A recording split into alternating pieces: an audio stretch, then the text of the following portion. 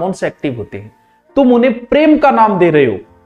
ये प्रेम नहीं है, क्योंकि जहां वासना है वहां प्रेम नहीं है। वासना और प्रेम में बहुत बड़ा अंतर है। इस चीज को तुम समझ ही नहीं पा रहे हो। तुम समझ जाओगे तो ऐसी हरकतें ही नहीं करोगे, वरना प्रेम के कभी 35 टुकड़े थोड़ी हो सकते हैं। वासना कभी भविष्य का नहीं सोच सकती कि भविष्य में क्या होगा। जब कभी कई बार होता है, रात को रिस्क उठा के जाते हो, तुम कभी सोच ही नहीं सकते कि इसके अंदर क्या परिणाम होंगे। तुम होटल के अंदर जा रहे हो, तुम कभी सोच ही नहीं सकते कि रेड पड़ गई तो क्या होगा। क्यों? क्योंकि तुम वासना से अभिभूत हो। प्रेम अभी हुआ नहीं है तुम्हें। प्रेम तो बाद में होगा। प्रेम होगा तब क्या होगा। प्रेम कभी प्रदर्शन की वस्तु नहीं है।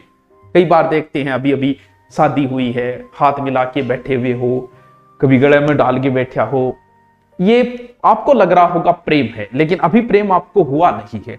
अभी आप काम भावना के अभिभूत हो।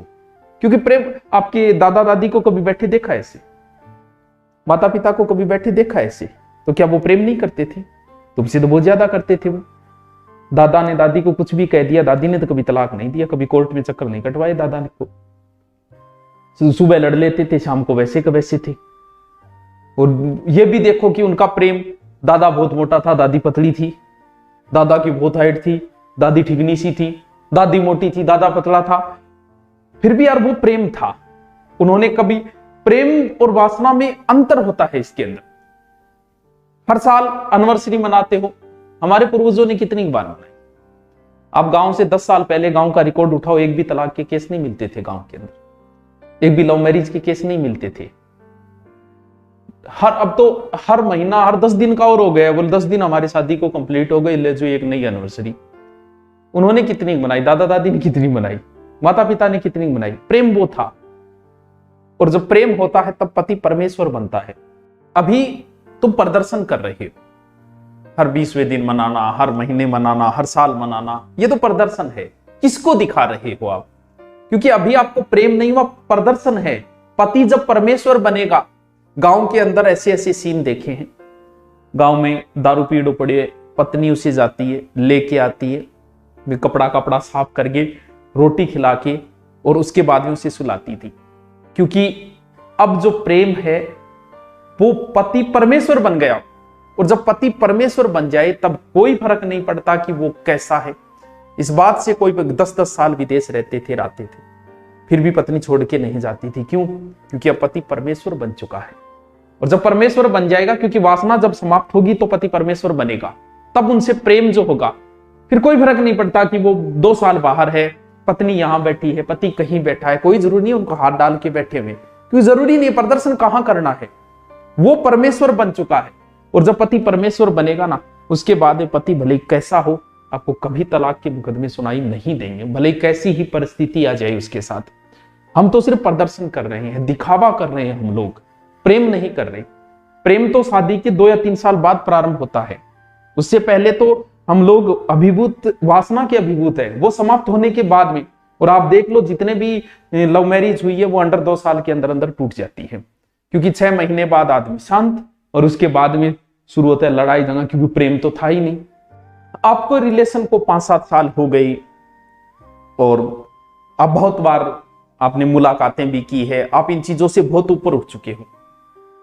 अब प्रेम हुआ कि नहीं है? जब आप जबरदस्ती, नहीं आज ही मिलना है, मैं आपके लिए आया हूं, कितनी रिस्क ले, अब आप जबरदस्ती कर रहे हो, हर परिस्थिति में मिलना ही चाहते हो, तो प्रेम नहीं है, वासना है। इस चीज को तुम नहीं समझ पा रहे हो। क्योंकि अगर प्रेम होता तो कोई बात नहीं, कल मिल लेंगे, फिर देख लेंगे, मिलने की कहां जरूरत है, देख लेंगे। वो प्रेम है। वो अगर हो गया, 5-7 साल रिलेशन को हो गए, तब सोचो कि करना है कि नहीं करना। फिर भी इजाजत होनी चाहिए कि बड़े बुजुर्गों का आशीर्वाद होना अति आवश्यक है। अगर उनका आशीर्वाद नहीं है तो तुम जिंदगी के किसी मोड़ पे सक्सेस नहीं हो सकते, ना शादी में हो सकते हो, ना कहीं और सक्सेस हो सकते हो। अभी आपके हुआ क्या कि आप वासना से अभिभूत हो गए। आपको लगा कि आपको प्रेम हो गया। अब आपका चल रहा है, समाज की बंदिशें ऐसी है कि आप इन चीजों को पूर्ति नहीं कर पाए। तब आपको एक ऑप्शन लगा कि क्यों ना शादी कर ले। फिर आप बगावत करके शादी कर लेते हो। शादी के 6 महीने बाद जब आपकी वासना परिपूर्ण होती है, तब प्रेम सामने आता है। प्रेम तो था ही नहीं।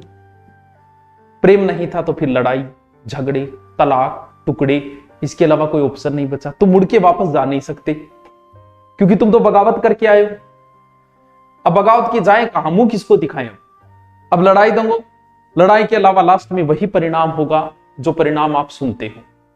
तुम्हें यह लगता है कि मैं 25 साल की हो गई या 25 साल का हो गया, मैं अपने फैसले स्वयं ले सकता हूं। बिल्कुल ले सकते हो तुम, लेकिन आज तक ऐसा कौन सा कार्य तुमने किया ये बताओ कि जिससे लगे कि यार तुम निर्णय लेने में समर्थ हो। कोचिंग में, स्कूल में, गली में, बस में, बस स्टैंड पे, पड़ोस में कोई मिल गया, मिला है वो तुम्हें और उसे आपने ढूंढ लिया और आपको यह लगता है कि आपने सही वर्ग का चयन कर लिया। मतलब आप इतने बड़े हो गए हो कि आप सही पति का चयन कर सकते हो या सही पत्नी का चयन कर सकते हो। इतने बड़े तो शायद नहीं हुए अभी तक आप। अगर ढंग से आपको भेज देना सब्जी लाने के लिए तो एक आधी तो बीच में गड़ेड़ी लिया होगा, सारी हालत आए और तुम्हें लगता है कि तुम सही पति का चयन कर लोगे।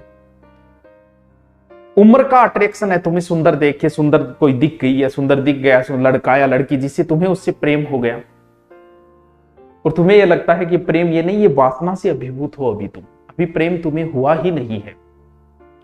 अगर प्रेम होता तो शायद 35 टुकड़े नहीं हो पाते। आदमी को अगर अपनी गाड़ी से प्रेम हो जाए ना तो वो भी उसको बेचता नहीं है।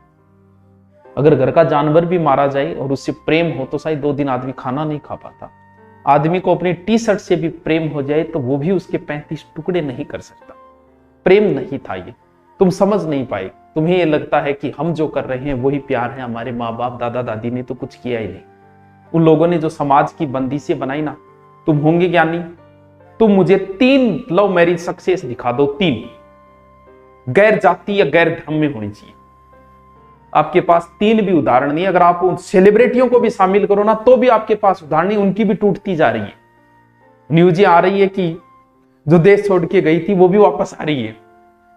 जब उनके उदाहरण नहीं मिल सकते तो फिर तुम ये सोच रहे हो कि तुम्हारी सक्सेस होगी, क्योंकि हम लोगों ने, हमारे पूर्वजों ने जिस जाति और धर्म बनाया था और जाति और धर्म में शादी का जो बनाया था वो ऐसे ही नहीं बनाया। मूर्ख नहीं थे वो, बहुत समझदार थे वो। समाज, हाँ ये बात नहीं कि समाज में भी तलाक हो जाते, होता है, लेकिन फिर भी समाज की जो बंदिशें है ना, वो बंदिशें कहीं ना कहीं व्यक्ति को रोक लेती है। कहीं ना कहीं टुकड़े होने से, कहीं ना कहीं तलाक होने से हमें रोक लेते हैं वो। इसीलिए समाज की बंदिशें अति आवश्यक। तुम्हारा माँ बाप तुम्हें हर छूट दे, भले लड़की हो भले लड़का हो, तुम्हें प्रत्येक छूट दे, लेकिन उन्हें एक बात जरूर कहना कि हमें पूरी छूट दी जाए, पापा हमें पूरी छूट मिले, मामा हमें पूरी छूट मिले, लेकिन तुम्हें कभी शादी की छूट नहीं मिलनी चाहिए। क्योंकि जिस दिन तुम्हें शादी की छूट मिली ना, उसी दिन तुम जाति और धर्म को खत्म कर दो। तुम्हें सारी छूट मिले, माँ बाप को यही कहना कि आप जहां चाहोगे हम वही शादी करेंगे, बाकी हमें पूरी छूट दे, हम पढ़ाई लिखाई सब कुछ मौज मस्ती का हमें टाइम दो, पढ़ाई का भी समय दो, शादी वही करेंगे जहां तुम चाहोगे।